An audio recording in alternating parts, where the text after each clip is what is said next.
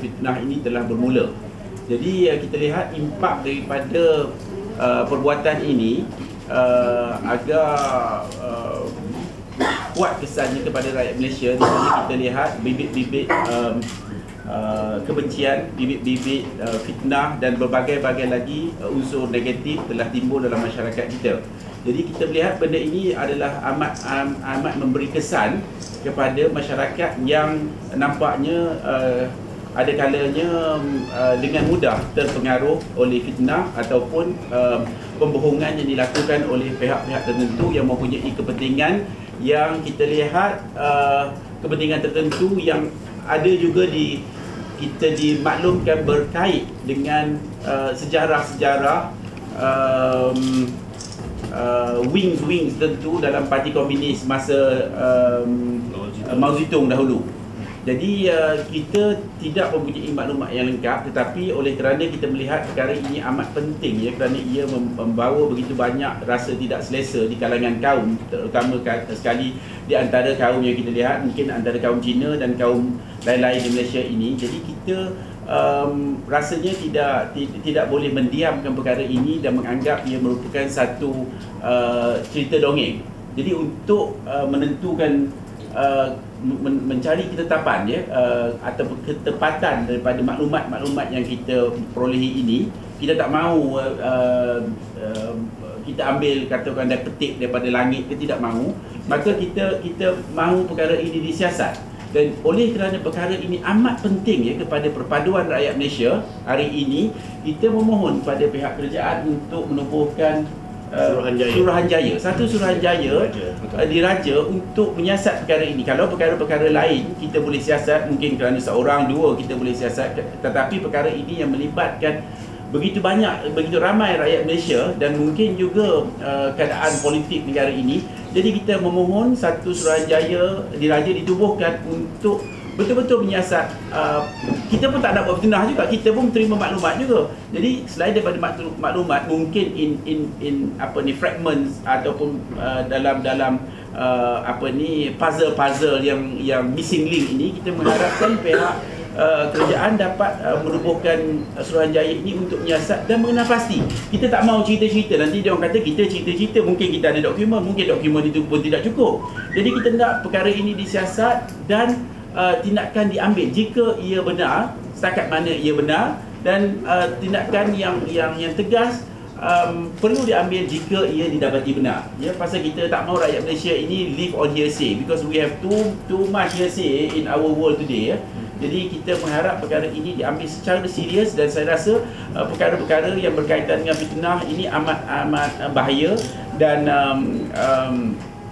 fitnah ini dalam terutama yang kita lihat dalam agama Islam sendiri pun amat bahaya, amat berdosa ya. Jadi kita tak mahu to live on gas ataupun tekaan, kita tak mahu. Jadi kita harap boleh mudah, we can put an end to this jika kita dapat menyiasat siapakah ataupun apakah ataupun bilakah dimula, siapa bagi funding, siapa yang buat kerja, siapa yang jadi ketua, siapa yang mewujudkan SOP, whatever, kalau ada. Jadi kita hendak perkara ini dikaji, dapat satu jawapan. Suruhanjaya diraja untuk menyiasat Red Bin Ami ini amat perlu, kerana kita melihat dalam laporan media banyak yang menuduh DAP. Kita pun tidak mahu menuding jari tanpa sebarang bukti, sebab DAP boleh menyaman pihak-pihak media ataupun pihak-pihak mana yang bercakap dan mendakwa DAP terbabit.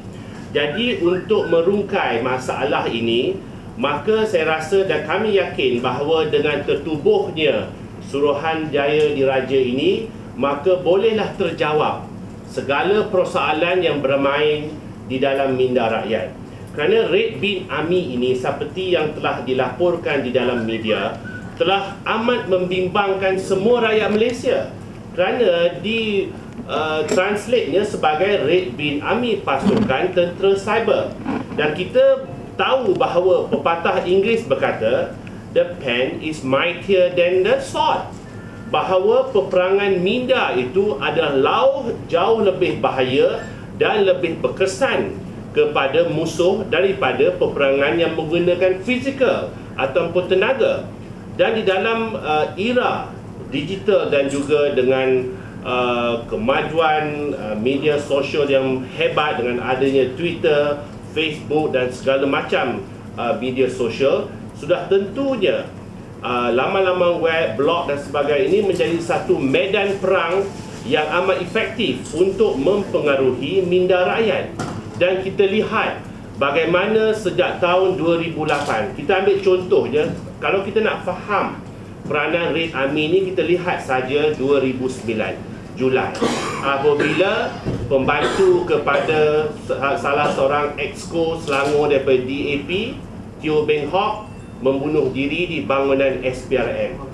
Bagaimana ada pihak mencinakan isu ini. Dikatakan bahawa SPRM membunuh orang Cina. Dia tak kata SPRM bunuh seorang rakyat Malaysia bahasa Cina, tetapi dijadikan satu Cina. Sekarang ni lihat peranan Red Bin Army ni, ataupun mereka yang mempunyai kaitan rapat dengan Red Bin Army ni. Dikatakan polis pula sekarang ni membunuh orang India di lokap. Kita lihat bagaimana peranan kematian seorang yang berbangsa Cina, penebat kilat di Pulau Pinang.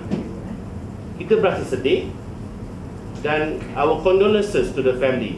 Tetapi bagaimana isu ni dipusing, ditekan pihak berkuasa supaya diadakan inquest, walhal ada juga Melayu yang meninggal dunia akibat runtuhnya sebahagian daripada projek Jambatan Pulau Pinang kedua itu. Kenapa tidak ada inquest? Kenapa tidak ada inquest terhadap kematian seorang Melayu di dalam kes SPRM tu, jadi Ipoh tu? Jadi ini bahaya ni. Sebab apabila Red Bin Army ni berjaya memecah belahkan rakyat Malaysia ini bukan saja terkesan kepada orang Melayu, orang Cina ataupun orang India atau mana-mana kaum. Dia akan menghancurkan semua institusi-institusi di dalam negara ini. Lihat sekarang, semua institusi tidak bebas, semua diserang. Institusi Diraja Melayu, sosok peribadi yang di-Pertuan Agong, Raja Permaisuri Agong, MARA, UiTM pun sekarang diserang, dan bermacam-macam lagi. Ini adalah satu bahaya, dan saya percaya bahawa Perhimpunan Haram 505 ini juga adalah hasil daripada propaganda dan fitnah yang dihasilkan oleh kumpulan Red Bin ini ataupun mana-mana kumpulan yang berkaitan dengannya. Bagaimana pembohongan-pembohongan yang dibuat berkaitan dengan 505 ini? Mana ada bukti yang dilemparkan kepada SPRM menyeleweng berbohong? Tidak ada satu bukti langsung pun. Tetapi bagaimana kumpulan Red Bin ini boleh mengheret dan menghasut, meracun penyokong-penyokong parti pembangkang untuk keluar di jalanan menentang kerajaan. Jadi ini adalah satu fenomena baru. Saya rasa kerajaan perlu memberi satu fokus yang amat serius mengenai Red Bin Army ini. Ini bukannya walaupun dia dalam bentuk kartun, kita tidak melihatnya serius, tetapi ini adalah satu yang amat serius dan kita memang mendesak, sedesak-desaknya supaya satu suruhan diraja mengenai siasatan Red Bin Army ini diperlu. Seperti mana yang disebutkan oleh Datuk Nazim, siapa yang mendalanginya, dari mana dia dapat wang, berapa banyak, berapa ramai yang terlibat, berapa banyak wang ataupun allowance yang diberi kepada setiap orang yang terbabit ini, bagaimana mereka menggunakan media sosial ini untuk melancarkan peperangan terhadap kerajaan dalam dunia cyber. Jadi saya harap tokoh-tokoh atau dalang-dalang ini dapat dikenal pasti melalui tertubuhnya Suruhanjaya ini, dan insya-Allah kita rakyat Malaysia daripada pelbagai kaum mahukan keamanan terus terjamin supaya generasi baru ini tidak lagi terpengaruh dengan elemen-elemen dan subversif ini, kerana salah satu daripada propaganda Red Bin Army ini ialah untuk menyebarkan fahaman komunis. Kita nak isu-isu perkauman yang melibatkan sakit hati Melayu, India, Cina, agama ni, ini tidak boleh diterima. Maknanya isu lain mungkin kerajaan boleh tangguh, tapi isu-isu berkaitan dengan perpaduan kaum, keselamatan negara, keamanan negara tidak harus diperjudikan. Jadi kita mahu perkara ini disiasat dan petualangnya ditangkap ataupun dibawa ke muka pengadilan. Bagi pengguna yang ingin mengemukakan sebarang aduan, sila hubungi alamat dan nombor telefon yang tertera.